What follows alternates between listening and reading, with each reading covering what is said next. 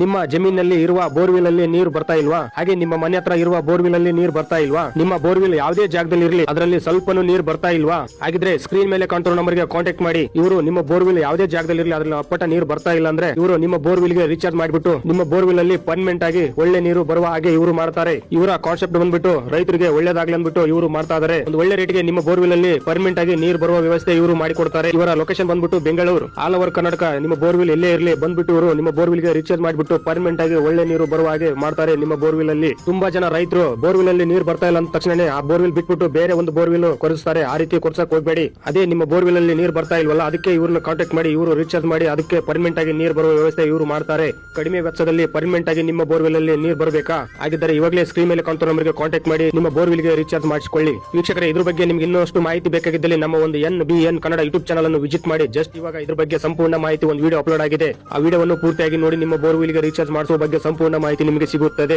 ಹಾಗೆ ಇದೇ ರೀತಿಯಾಗಿ ನಮ್ಮ ಯೂಟ್ಯೂಬ್ ಚಾನಲ್ ಅಲ್ಲಿ ಡೈಲಿ ವಿಡಿಯೋ ಅಪ್ಲೋಡ್ ಆಗ್ತಾ ಇರುತ್ತೆ. ನಮ್ಮ ಒಂದು ಯೂಟ್ಯೂಬ್ ಚಾನಲ್ ಅನ್ನು ಸಬ್ಸ್ಕ್ರೈಬ್ ಮಾಡಿಕೊಳ್ಳಿ. ಪಕ್ಕದಲ್ಲಿರೋ ಬೆಲ್ ಐಕಾನ್ ಆನ್ ಮಾಡಿಕೊಳ್ಳಿ.